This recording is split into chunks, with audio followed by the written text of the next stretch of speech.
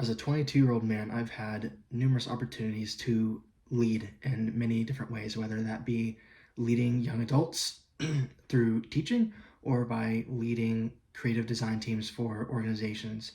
And as a matter of fact, I just had a meeting last night which prompted this video. And so in this video, I really want to talk about why being a leader is hard, especially when you are unsure of yourself. And so in this video, I just want to be raw and authentic, no edits, just speak off the cuff about my experience with leadership and trying to be a better leader. And I think that the first point to touch on is the myth of the confident leader, right? Society, oftentimes we get the image in our brain that to be a leader, we must always be sure, confident, decisive, know all the answers, when in reality, most leaders, the best leaders are very adaptive. It's not that they have all the answers, it's that they seek to learn the answers, even if it means making mistakes along the way. The most real leaders second guess and they learn on the fly. And it's a universal feeling unsure, feeling like the decisions you need to make are not there, that you don't have all the answers. It's a universal feeling, and I catch myself all the time feeling that, oh, it must just be me. There must be something wrong with me, when in fact it is a universal feeling that we all feel. And there have been studies on this, right? The Harvard Business Review went out and asked leaders throughout the country and throughout various industries on the feelings that they had as leaders, to reflect on their own leadership. And 50% of them said that they, at some point throughout their careers, felt in over their heads. And I think that is a very relatable and good thing to hear for me, especially right now, as a 22-year-old being in positions of leadership and having to lead people. All the time, I feel the feeling of being in over my head and not, feeling confident in my abilities, even when I know that I was chosen to fulfill these roles because of the skills I have, because of the experience I have, because of the knowledge that I do have. And regardless of that, I feel like it's funny to see how the brain so quickly, especially for us perfectionists out there, to see how the brain negates all of our achievements and our credibility, throw it out the window, and for the voice in the back of our head only to speak about the negative, the stuff we can't do and haven't done, instead of the things that we have done and what we can do. And I think that is a voice that is in the back of all of our heads, shouting us down and telling us that,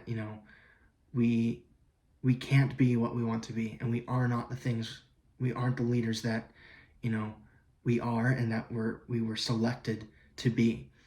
And again, another pressure is the pressure to have all the answers, right? When people look up to you, when students look up to you, when members of a creative team look up to me, you can see it. They're looking for guidance, and it can be daunting a lot of the time to know in the back of my mind, that sometimes I can't show that, I can't give that, right? Like sometimes I don't have the answers. I don't know how to explain my own thought processes.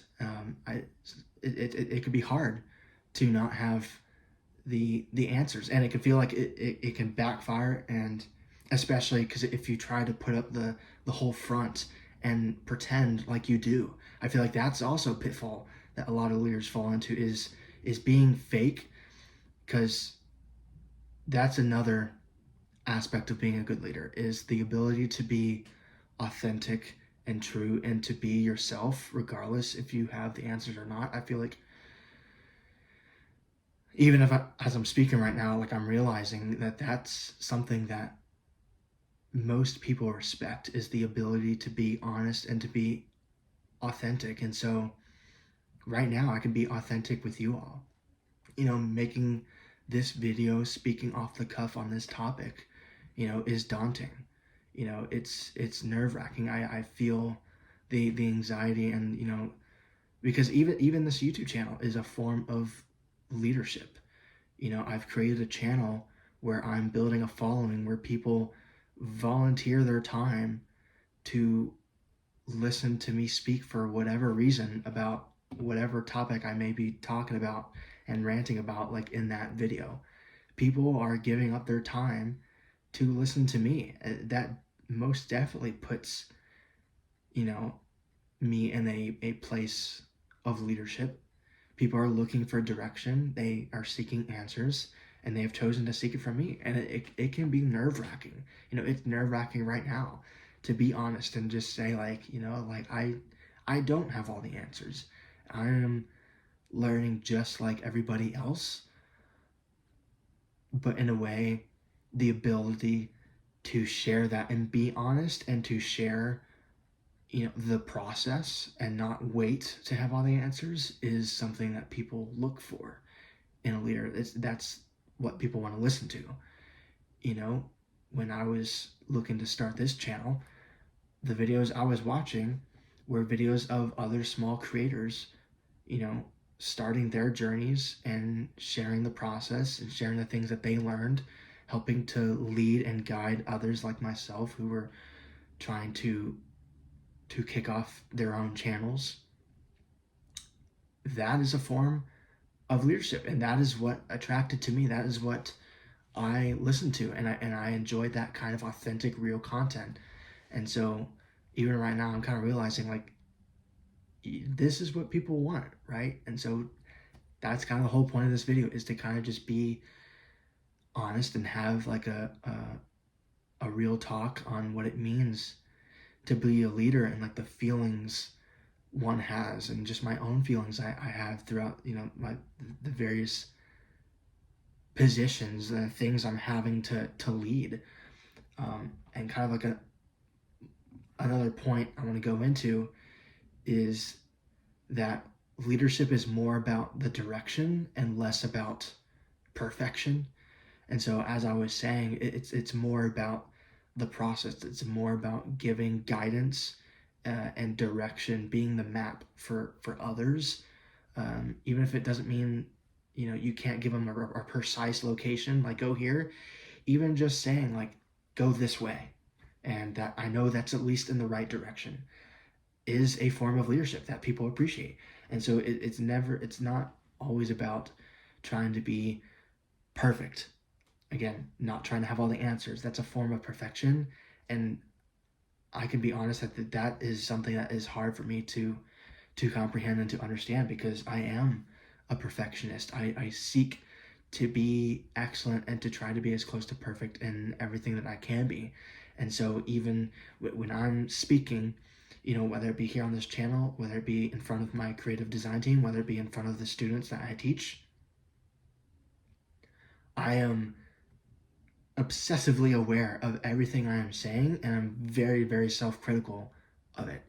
Every single, lapse in communication, every single or stutter or pause or moment of unsurety, I keep track of and beat myself up over it relentlessly, because to me, that is a form of weakness in my mind. Like I feel that, I have those moments of imperfection, of flaws, and my brain immediately goes to, you're bad, you're trash, you don't know how to talk, you don't know how to lead, you have no value to give, you're nothing.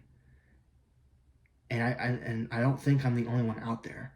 I think there's a lot of people who share that mindset, and it's a very, very hard mindset to get over. And I want to say to anybody out there who shares that mindset, is that you're not alone.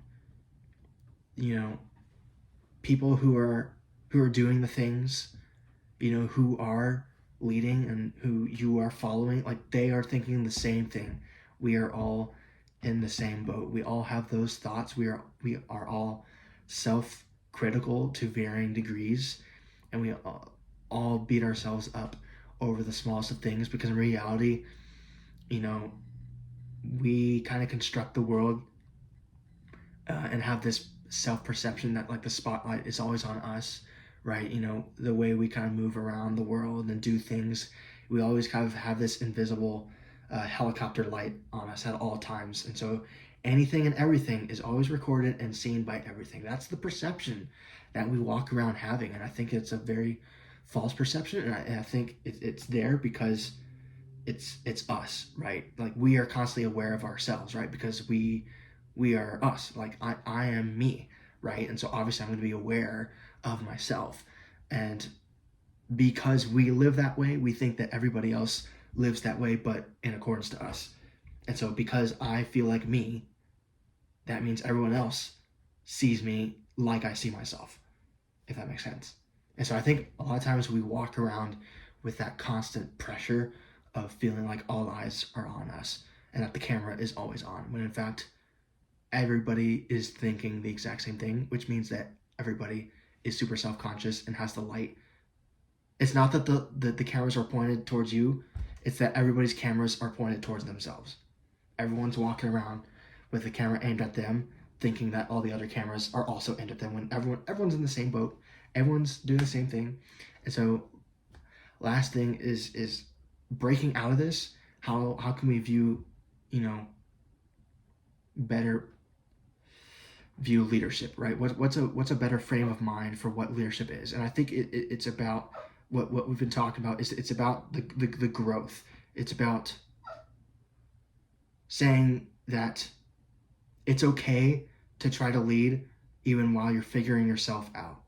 Trying to inspire confidence even when you're still trying to believe in yourself. That's what leadership really is that it's growth in public. We all want to grow in private and then present ourselves to be the perfect ones, when in reality, like the most leadership like thing that we can do is to grow in public unafraid of shame. And so that's all I had for this video. If you found anything of value, feel free to stick around on this YouTube channel where I post new videos every Tuesday and Friday at 12 p.m. Eastern time.